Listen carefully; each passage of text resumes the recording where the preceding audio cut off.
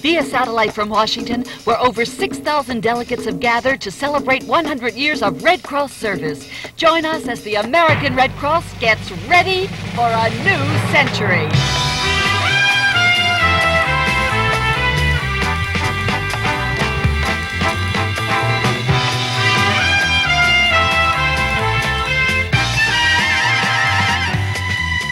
Today's Red Cross 100th birthday celebration features music from Up With People, MASH's Jamie Farr, and from Hollywood, Jimmy Stewart and Rich Little, plus a special address by the Vice President of the United States. You'll also see highlights of this week's Red Cross Centennial Convention as America says happy birthday to the Red Cross. We're glad you've come along. Welcome to the party.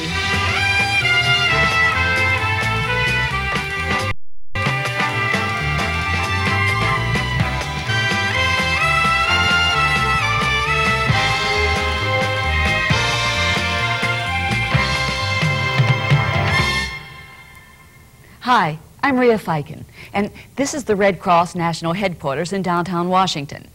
Just across the street is Constitution Hall, where the delegates to this Centennial Convention are gathering for the party.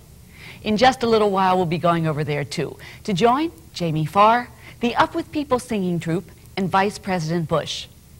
But the party's really been going on all week, and we'd like to show you some of what's been happening in and around the capital city since the delegates arrived. Sunday was Arrival Day, and the day for delegates to meet the volunteer leaders of the National Red Cross, the Board of Governors. The reception was held right next door to National Headquarters, at the Corcoran Gallery.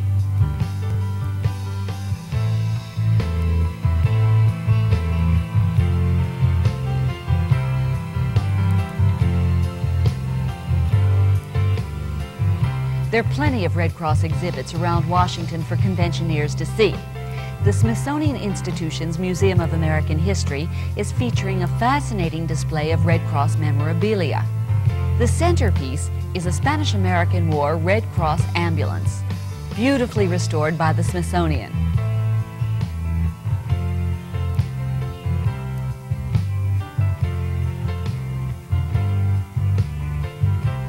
And in the lobby of National Headquarters, still another exhibit, which opened in March. This one features a good look at how Red Cross has grown during our first century and where we may be headed in our second.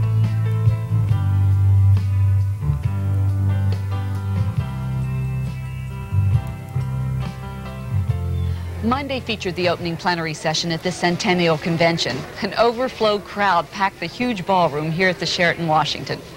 The Centennial Convention of the American Red Cross is now in session.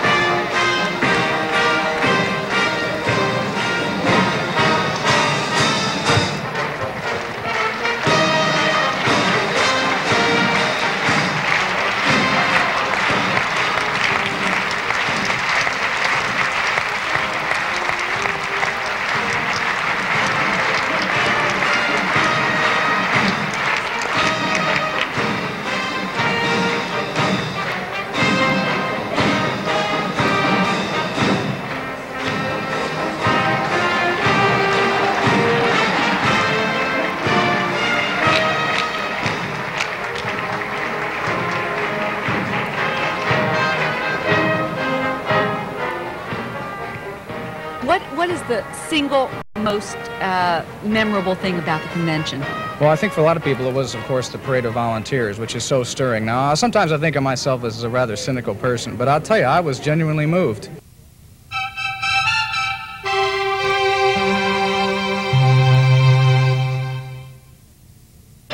Would you mail this for me, please? Sure. Thank you. You're welcome. Many delegates have been sending postcards and notes back home using a very special stamp, the Red Cross Centennial Stamp, paying tribute to the Red Cross volunteer, using the theme, The Gift of Self. Postmaster General William F. Bolger issued the stamp on May 1st at ceremonies at National Headquarters. As I look at that beautiful stamp, I have to paraphrase Nathan Hale. The only regret I have is that the Postal Rate Commission didn't let me put 20 cents on it. We have issued Red Cross stamps before. In 1931, we issued a stamp recognizing your 50th anniversary. Its design, featuring the figure of a Red Cross nurse kneeling before the globe with outstretched hands, was based on a poster entitled, The Greatest Mother. 17 years later, in 1948, we issued a stamp honoring Clara Barton, founder of the American Red Cross. The stamp design not only featured the face and name of that great lady, but the Red Cross name and emblem as well. In 1952, the first two-color stamp ever printed by the United States government on a rotary press honored the International Red Cross. And in 1963, we issued another stamp honoring the International Red Cross on its 100th anniversary. While the blood donors commemorative of 1971 is not officially considered a Red Cross stamp, that is what it meant to me. Knowing that the Red Cross is the largest blood-providing agency in the world, this stamp will always call to mind your exemplary organization. Every year we receive thousands of requests for stamps to honor individuals, events, places, and causes. Because it is possible to issue only a limited number, it is rare to focus attention on a subject a second time, and even more rare to do so a third time. But the American Red Cross plays so vital a role in helping to promote the health and happiness of millions of people that we could not allow this significant milestone to go by without issuing another stamp. And I heartily endorsed your idea of focusing the stamp design on your volunteer corps. Its design conveys in the small space of a postage stamp not only the warmth of the volunteer, but her confidence in herself as well. One gets the impression that the know-how is there, and this identifies the Red Cross volunteer as surely as does her uniform. For while the Red Cross volunteer is world-renowned for warmth and caring, the Red Cross volunteer is also knowledgeable and talented. That is why Red Cross volunteers are so successful in easing the pain of the trouble. That is why the Red Cross emblem signals, "Help is here."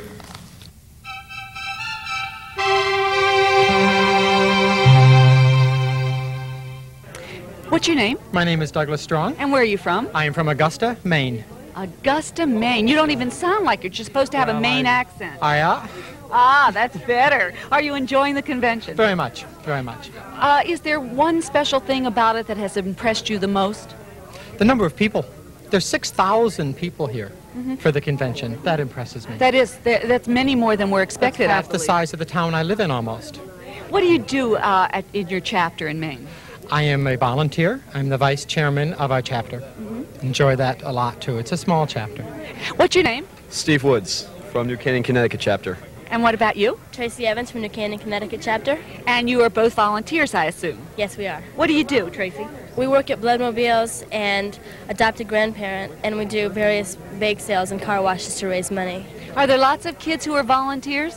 In New Canaan, yes, they are. I happen to be chairman of youth services for our New Canaan chapter, and we're up into 30s now in our high school and about 15 to 20 in our junior high school. Oh, that's wonderful. We have one high school and one junior high in our town. Well, how did you get interested in Red Cross? I personally started in the disaster of 1973, the ice storm that hit our town, and been working with Red Cross ever since.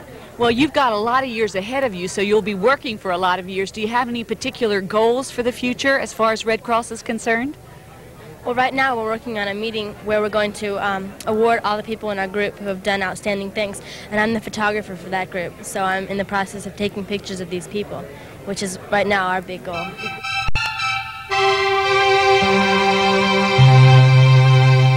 A lot's been happening here in the last few days, but the Red Cross Centennial celebration hasn't been limited to Washington, or to this week for that matter.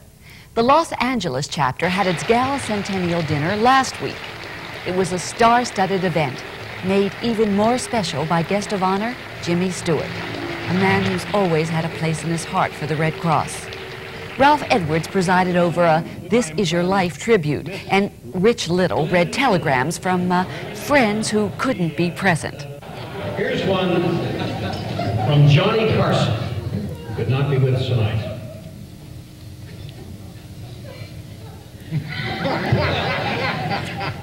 Thank you very much. As president of the Beverly Hills chapter of the Red Cross, I am sorry I could not be with you all tonight, but I am proud to be a volunteer of this great organization. They provide free food, clothing, and shelter for a countless number of people. I do the same thing, only I call it alimony.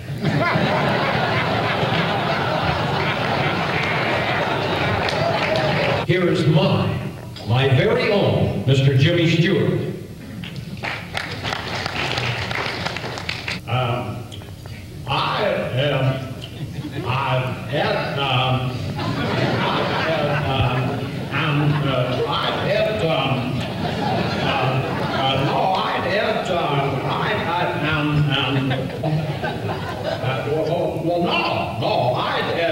I became involved with the Red Cross many years ago when I did a telethon for them.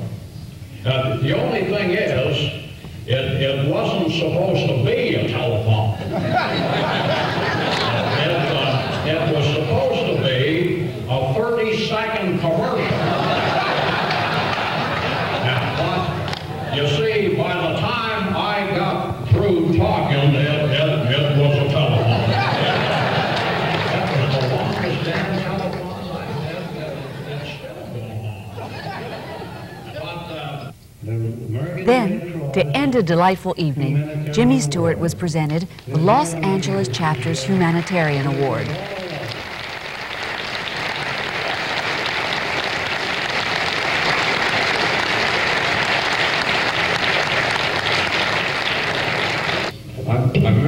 I remember the first time I donated blood.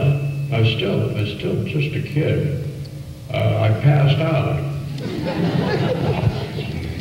I'll never forget it. I was awful skinny, and I thought they took all the blood I had. And anyway, I passed out, and that was the most exciting thing that happened to me that year. You might say the Red Cross touches all our lives at one time or another. There's always there when you need it most. Floods, fires, earthquakes, any disaster is a call to arms for the Red Cross. Neighbors helping neighbors. And all of you who volunteered your time and services and financial support, you are on the front lines of the war against sadness, and I commend you for it. You are the ones who carry the flag of goodwill, and I applaud you for your good works. I'm happy to receive your award. I'm grateful for this evening together. I thank you. God bless you all.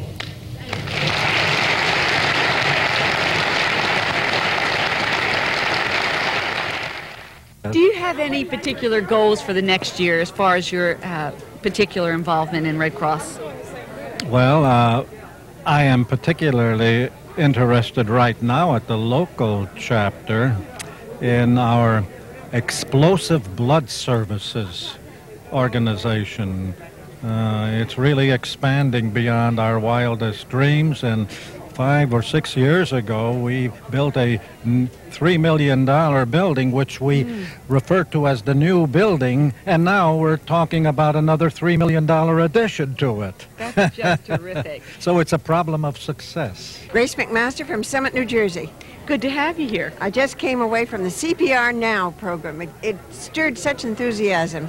But to think that one area could train 13,000 people. This is Kansas City. And of course you had a wonderful man in Mr. Kaufman to spark it. We wish we could find someone in New Jersey that would do just the same thing. I think with that kind of enthusiasm, you're going to find that person. We're going to try. Although National Headquarters is a fine old building, it wasn't always the home of the Red Cross. This house in Glen Echo, Maryland, was where Clara Barton lived and worked as president of the Red Cross in the late 1800s and early 1900s. Today, the National Park Service guides visitors through Miss Barton's historic 38-room home. On May 15th, 2 newly restored rooms, which served as the Red Cross's first national headquarters, were dedicated at a ceremony hosted by National Park Service Director Russell E. Dickinson. And it has been said that Clara Barton, through this house, effectively merged 2 personalities.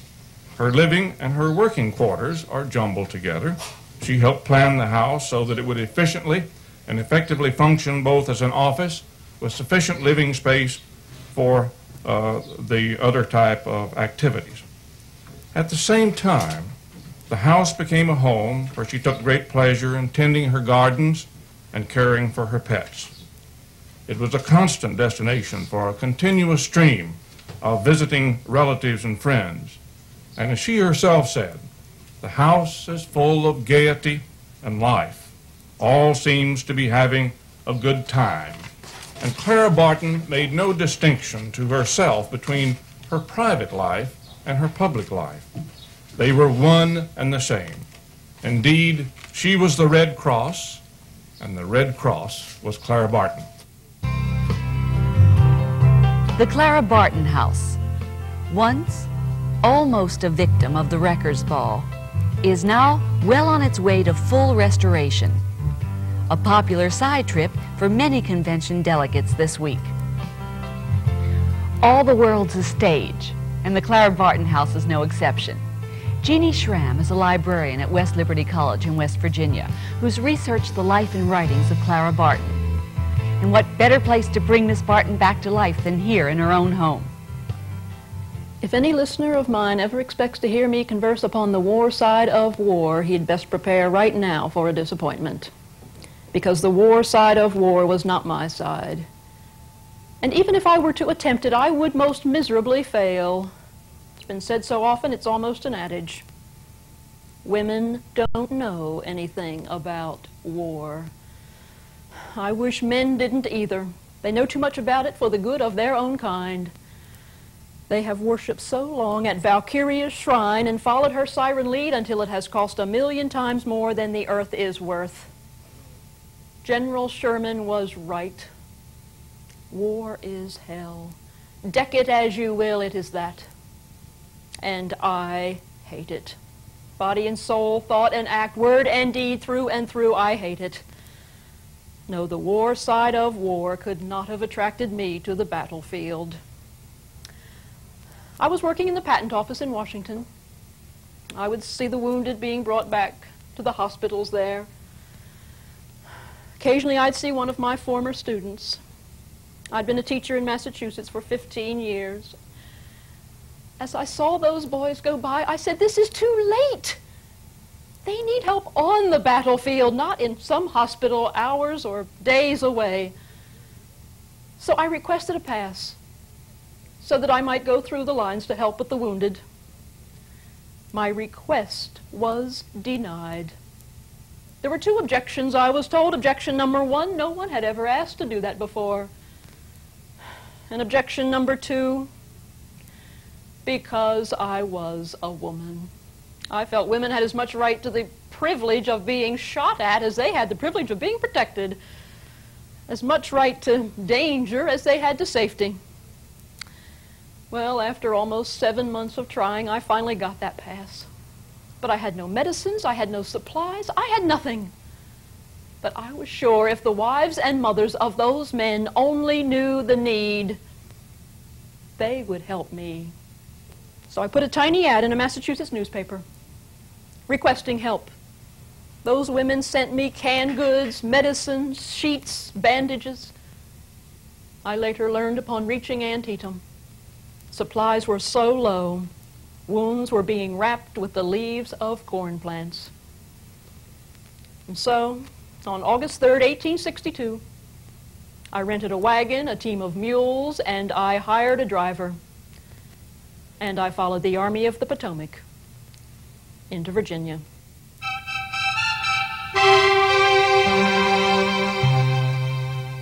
What's your name? Jill Golden. Jill, where are you from? Eugene, Oregon.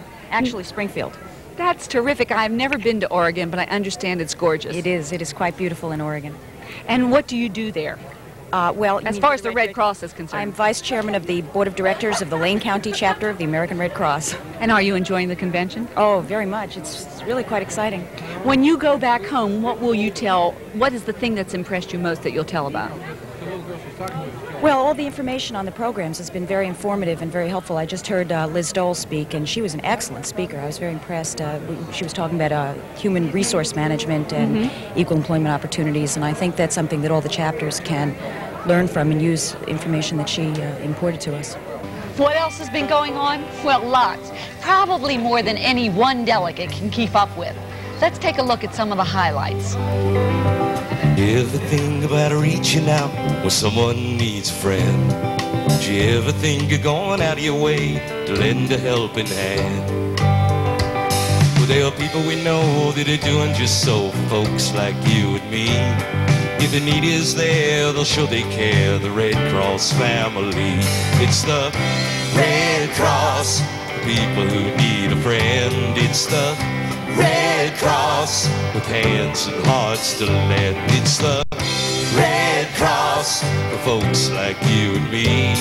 If the need is there, they'll show they care, the Red Cross family. Do you ever think of who would help if suddenly you need? Do you ever wonder where you turn in a local emergency? Well, there are people we know that are doing just so 7 days of every week. If the need is there, they'll show they care, the Red Cross family. Well, I just wanted to tell you that that was a lot better than the introduction I had in Cheyenne last week, where the guy got up and said, "Now for the latest dope from Washington, here's Al Simpson."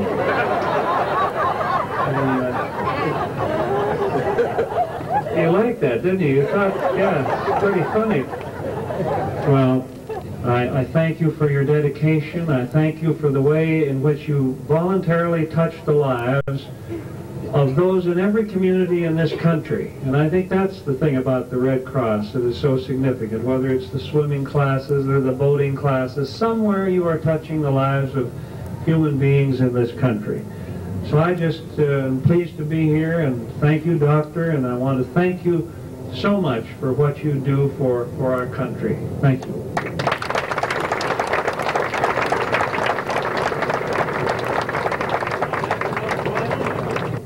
A recent newspaper editorial stated, "The Red Cross stands for care and compassion."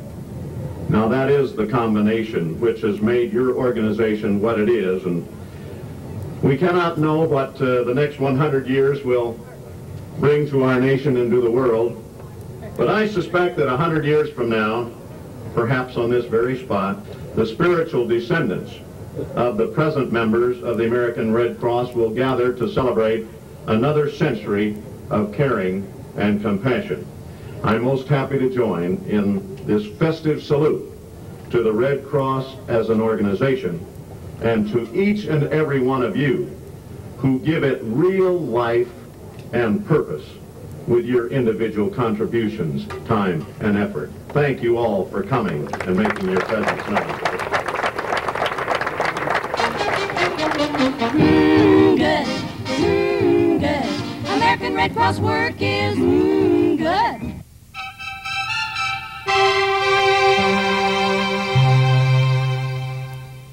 An American spirit. That's been the byword at this centennial celebration since it began, and the spirit's been here all week. In just a few minutes, you'll see what I mean when we join the delegates in Constitution Hall for the big celebration. But first, an American spirit in words, pictures, and music. An American spirit in a world full of need. In a world getting smaller the bigger we grow. An American spirit, not in word but in deed. For the language we speak is without the word no. 100 years of helping out, a century of care. We were needed, we were ready, we were there. There are millions of voices that have joined in our song. There are millions of people who'll never forget. Every voice that says I will makes a promise loud and strong. It's the promise we've kept and the challenge we've met. The next 100 years may test us, but the spirit's there, you see. So we're ready for a new century. The next 100 years may test us, but the spirit's there, you see. So we're ready for a new century.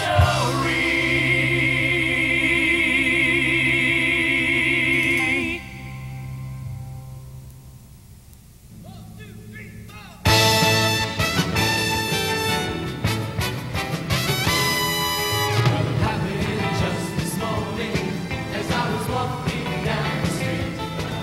A milkman and a postman and a policeman I meet. There in every window and in every single door, I recognize people I never noticed before.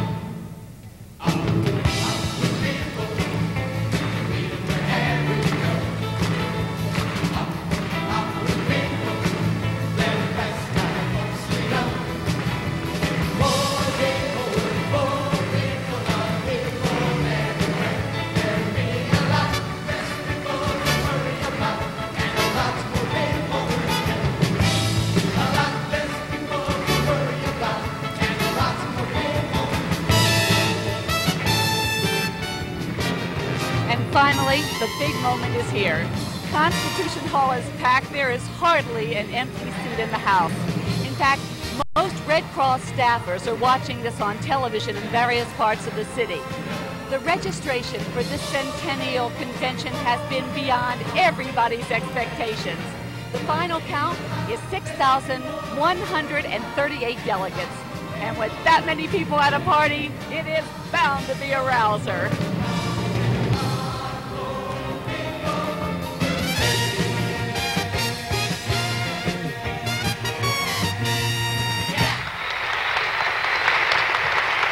Well, hello everyone. We are Up With People, and we are very, very happy to be here with you today to help all of you celebrate the first 100 years of the American Red Cross.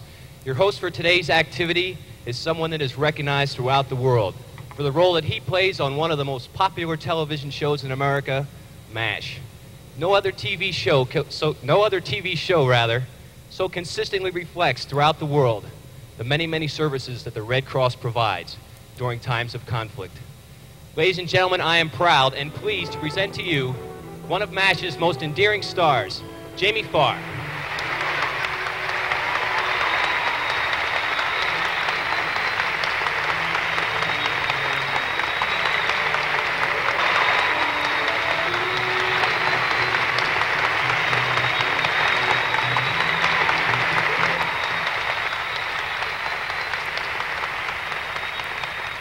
As Jimmy Durante used to say, I wear these glasses for two reasons, reading and fighting.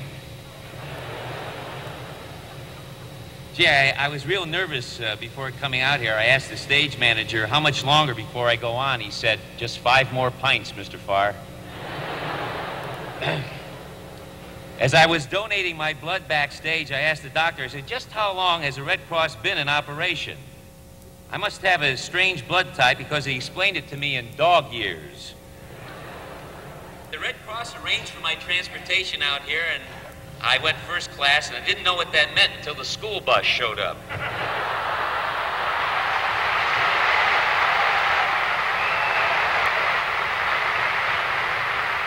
I haven't had this much fun since the Henry Kissinger, Carol Burnett wine and cheese tasting party.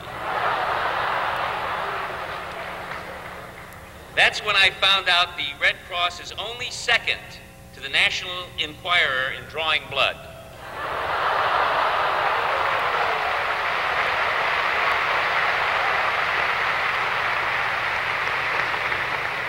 So today, I'm going to ask you to sit back, relax, and feel good about your own commitment to this Red Cross spirit. You're going to be hearing some serious messages about the role of the Red Cross in today's society and in the society of the future. And you'll be meeting some special people who have shown in a dramatic way what it means to be prepared for an emergency. But above all, we're going to celebrate. So to put us in that mood, here's Up With People. Thank you. Thank you. You know, we're all gathered here today to celebrate the same thing. The past 100 years of the American Red Cross. Well, now it's time to look to the future. And when you think of the future, we all often think of children. Children now and those yet unborn who will one day inherit the kind of earth that all of us decide to leave for them. Somewhere in the world a child is born. He starts to cry and he's on his way. Someone holds his tiny little form and is heard to say, there's gonna be another day, and it's not so far away. There's gonna be another spring. There'll always be another song to sing. We're gonna see. There's gonna be another day.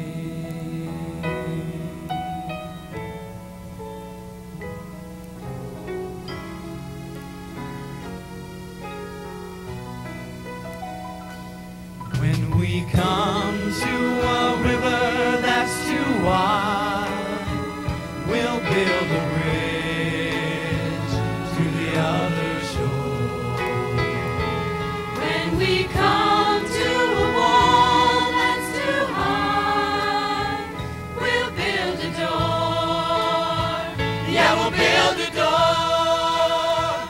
There's gonna be another day, and it's not so far away.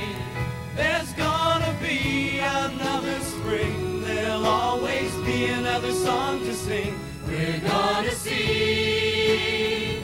There's gonna be another day. There's gonna be another day. And it's not so far away. There's gonna be another spring. There'll always be another song to sing. We're gonna see. There's gonna be.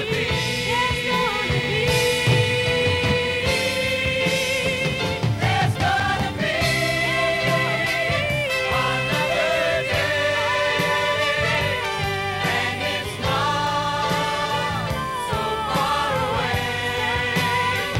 There's gonna be another spring. There'll always be another song to sing. We're gonna see.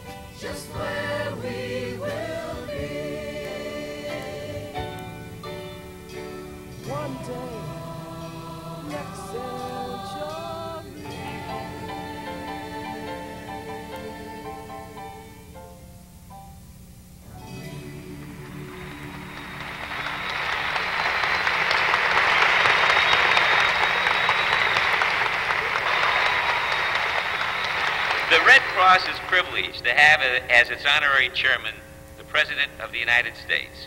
100 years ago, in the days of Clara Barton, that honorary chairman was James A. Garfield. Today, it's Ronald Reagan. We are deeply honored to have with us today, representing the President and honorary chairman, the Vice President of the United States, George Bush. Now, and this is for truth. Now, the Secret Service requests that during his presence you all remain in your seats. Ladies and gentlemen, the Vice President of the United States, Mr. George Bush.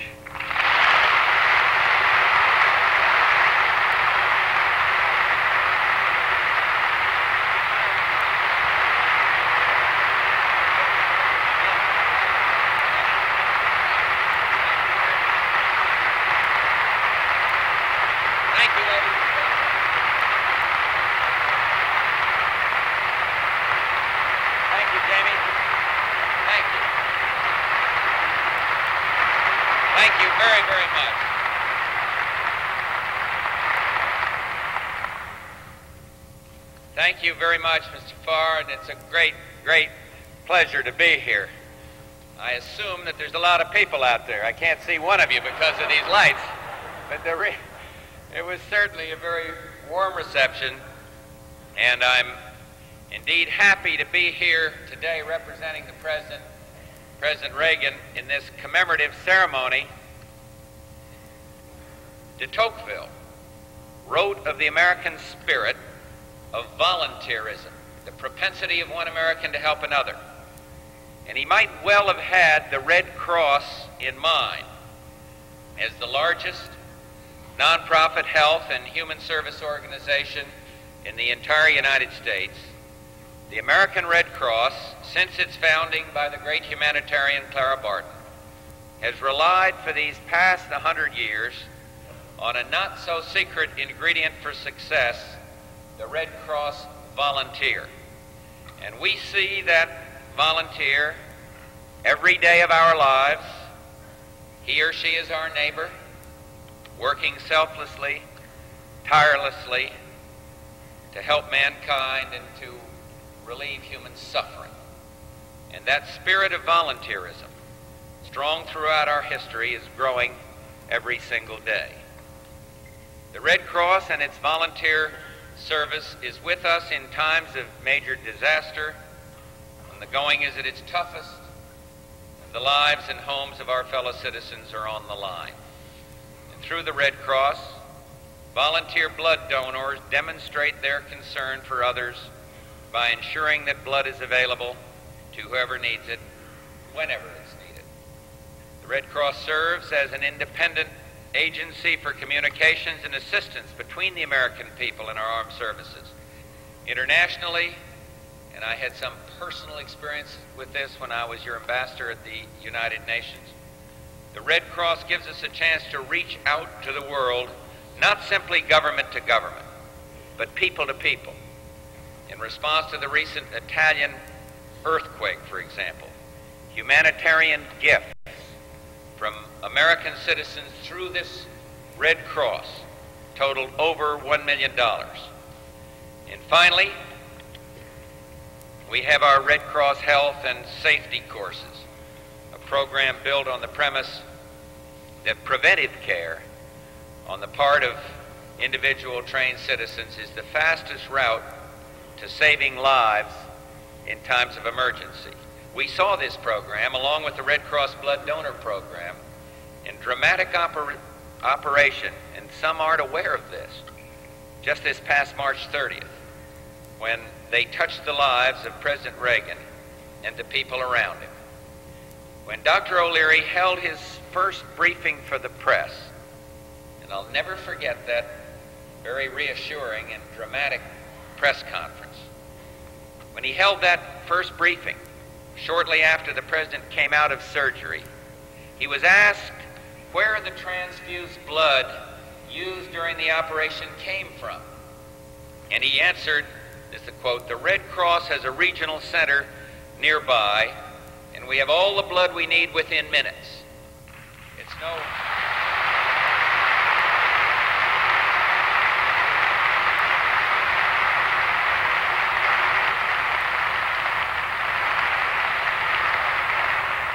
It is no overstatement to say that the recovery of the President and Press Secretary Jim Brady, our great friend, could not have been possible without the timely help given by the Red Cross Volunteer Blood Donor Program on that day. And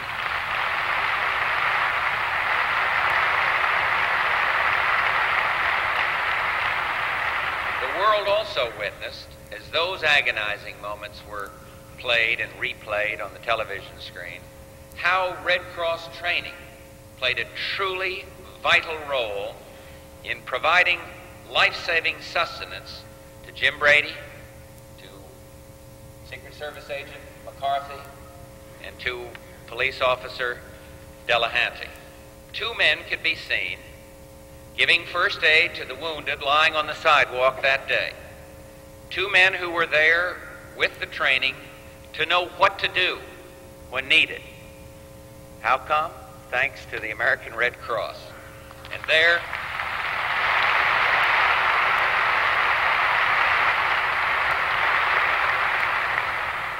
giving first aid one-on-one were Gary Henson, an electrician at the Washington Hilton, and David Ostermeyer, an accountant for aid for the Agency for International Development. Both saw what had happened. They rushed in to do what they were trained to do, typical of thousands of incidents that occur each year, unheralded instances, but thousands that occur each year in which Red Cross trained people help save the lives of others. It's fitting that I ask Mr. Henson and Mr. Ostermeyer to come forward to receive the Red Cross's highest life-saving award, their Certificate of Merit, after which I'll ask Dr. Holland to come forward to receive on behalf of the great organization that he serves the commemorative medal struck by virtue of an act of Congress honoring the proud history of a country, but also a proud history of a century of dedicated service by the American Red Cross to the American people, and indeed people throughout the world. On March 30th, 1981, at the time of the attempted assassination of President Reagan, Mr. Henson, Gary Henson, trained in Red Cross first aid, responded to provide the immediate first aid for Messrs. McCarthy, Delahanty, and Brady, victims of gunshot wounds. Mr. Henson assisted in controlling the bleeding of the three persons cited above. He continued his efforts until medical assistance arrived. Without doubt, the use of first aid by Mr. Henson saved the victims' lives. And for this act of mercy, Mr. Henson has been named to receive the Red Cross Certificate of Merit. This is the highest award given by the American Red Cross to a person who saves or sustains a life by using skills and knowledge learned in a volunteer training program offered by the Red Cross in first aid, small craft, and water safety. Their certificate bears the original signatures of the President of the United States, Honorary Chairman, and Jerome H. Holland, here with me, Chairman of the American Red Cross. This action exemplifies the highest ideal of the concern of one human being for another who is in distress. Congratulations, Mr. Henson.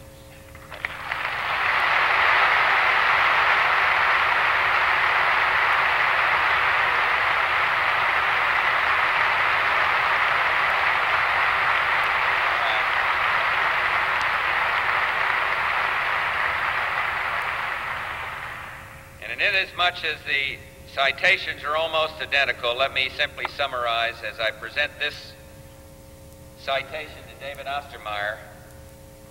And here just brief on it. After determining the victim was in danger of bleeding to death, Mr. Ostermeyer applied direct pressure to the wound. He continued his efforts throughout the ambulance ride to the hospital. Without doubt, the use of first aid by Mr. Ostermeyer saved the life of Mr. McCarthy, the U.S. Secret Service, who had been wounded by a gunshot wound. And so for this act of mercy, he has been named to receive the Red Cross Certificate of Merit, and we're delighted to present it to you, sir.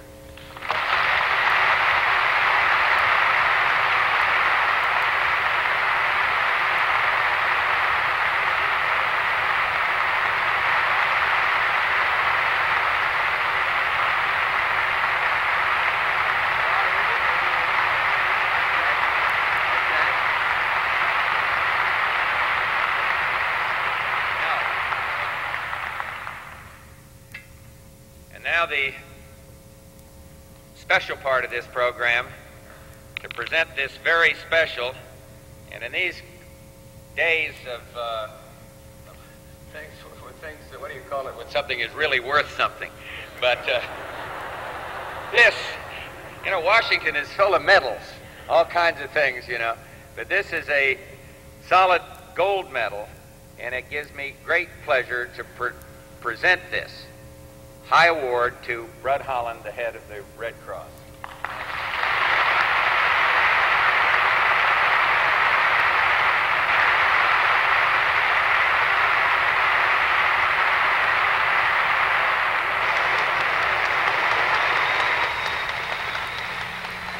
To honor the centennial celebration, we've put together a few songs from the Red Cross past and future, which we hope will capture the spirit of the Red Cross and what it has come to mean to the many thousands of people which it has served throughout its 100-year-long history.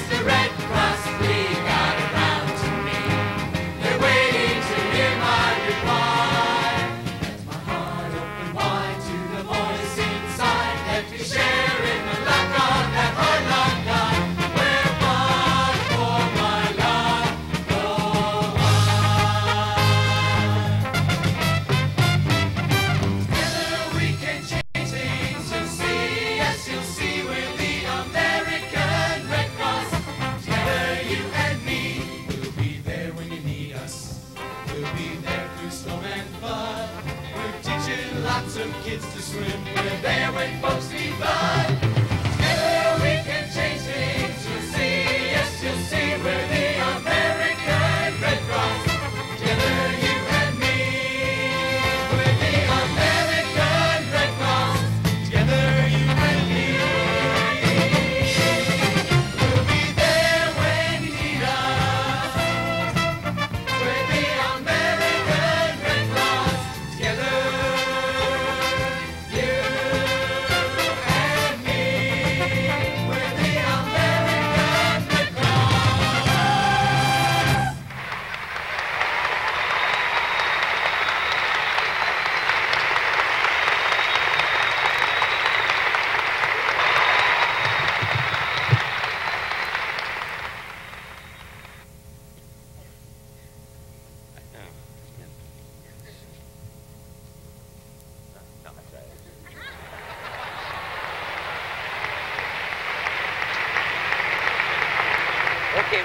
in a sense of satisfaction for a memorable moment of recognition.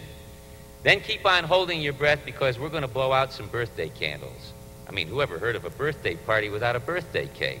So today, thanks to the heroic effort of the AFL-CIO Food and Beverages Trades Union and the Baker Confectionery and Tobacco Workers International Union, represented today by Mr. Robert Harbrandt and Mr. Graydon Tetrick, we have some kind of a cake. You can see it right over here. It's 3 feet by 4 feet, and it weighs 75 pounds.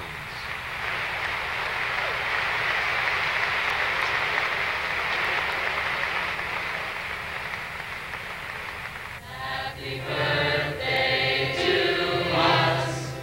Happy birthday to us. Happy birthday, dear Red Cross. Happy birthday to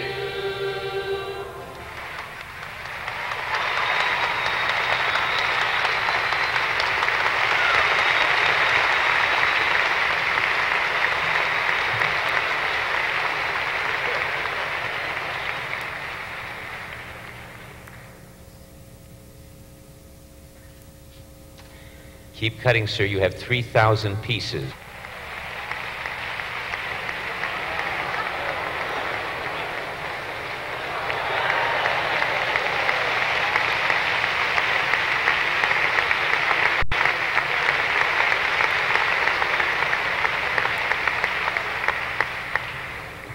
Dr. Holland, if there is one birthday wish that I think is on all of our hearts today, it is that our second 100 years we find ourselves prepared and willing to take on the challenges that will confront us. I think this is a happy birthday, and I believe we are ready for the new century. Jamie, have a piece of cake.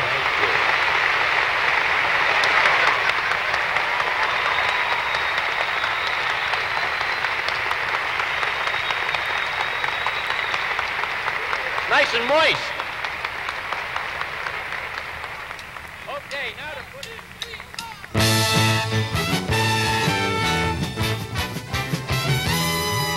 Well, it happened just this morning as I was walking down the street.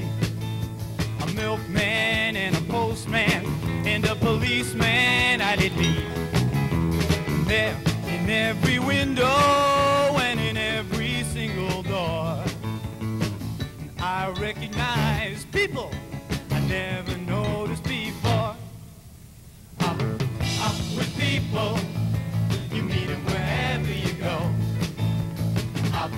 Up with people, they're the best kind of folks we know. If more people were for people, all people everywhere, there'd be a lot less people to worry about and a lot more people Our Red Cross Centennial Birthday Party is almost over, but we all know that endings are also beginnings. And for the American Red Cross, this is the official beginning of a brand new century, one that we're certain will have more challenges than the last, and we're just as certain that those challenges will be met. I hope that you've enjoyed the party. It's been quite a week for us in Washington, and we've been delighted to share some of the highlights with you. I'm Rhea Fiken, saying goodbye for now, and once again, happy birthday, Red Cross.